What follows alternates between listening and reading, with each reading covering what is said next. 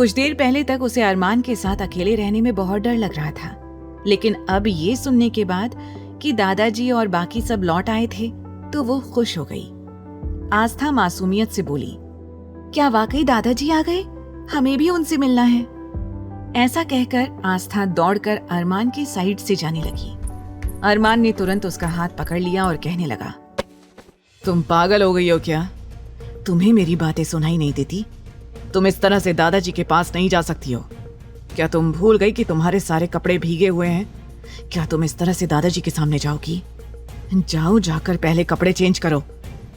अरमान की धमकी सुनने के बाद आस्था सिर झुकाकर एक तरफ खड़ी हो गई। अब अरमान को और भी ज्यादा गुस्सा आने लगा। उसे अभी समझ आ रहा था कि वो अरमान की बात ऐसे कैसे टाल सकती है। अरमान गुस्से से अपने कदम बढ़ाकर आस्था के सामने खड़ा हो गया और कहने लगा, मेरी तरफ देखो और बताओ, इस तरह से सिर झुकाकर क्यों खड़ी हुई हो?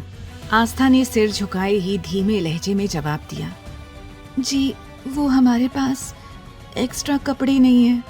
जो नानी माँ ने कपड़े भिजवाए थे वो सिर्फ 2-3 जोड़ी ही थे और वो सब हमने धोने के लिए दिए थे, लेकिन वो अभी तक सूखे नहीं हैं। और ये कपड़े जो हमने पहन रखे थे ये आपने गीले कर दिए, तो हम कपड़े कैसे चेंज करें? आस्था बहुत भोलेपन से ये सारी बातें कह रही थी और इसलिए अरमान का गुस्सा और भी ज्यादा बढ़ने लगा। वो गुस्से से अपने माथे पर लगातार रब करने लगा। अरमान तेज आवाज में बोला, तुम्हारा दिमाग खराब हो गया है क्या? तुम ये बात मुझे पहले नहीं बता सकती थी? बेवकूफ लड़की, फिर तुम्हें नींद से जगाने के लिए मैं ऐसा नहीं करता।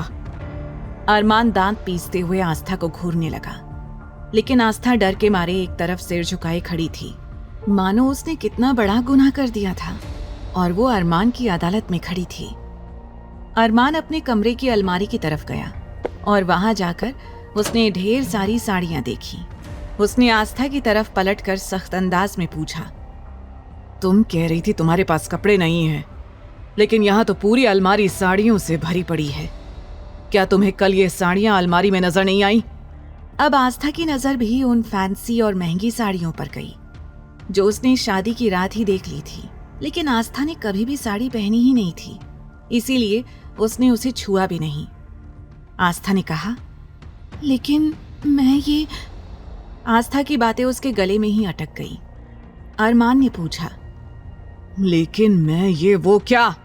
अगर तुमने ये कपड़े देख लिए थे तो तुम ऐसा कैसे कह सकती हो कि तुम्हारे पास कपड़े नहीं हैं? आस्था डरकर जल्दी से बोली, वो हमें ये साड़ियां पहननी नहीं आती हैं। अरमान शॉक्ड होकर बोला, क्या?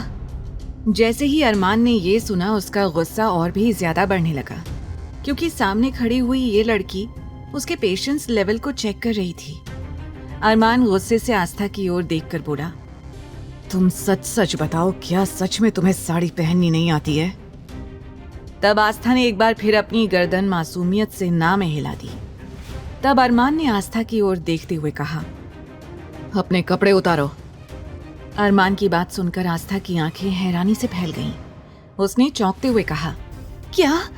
जो कपड़े अरमान ने उसके ऊपर पानी डालने से गीले कर दिए थे, उन कपड़ों में वो पहले से ही सिमटी जा रही थी।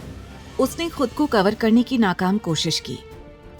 उसकी हरकत देखकर अरमान शायद आस्था की सिचुएशन समझ गया और तेज आवाज में बोला, क्या तुम्हें सुनाई नहीं दे रहा है मैंने तुमसे क्या कहा? अभी और इसी वक्त अपने कपड़े उतारो।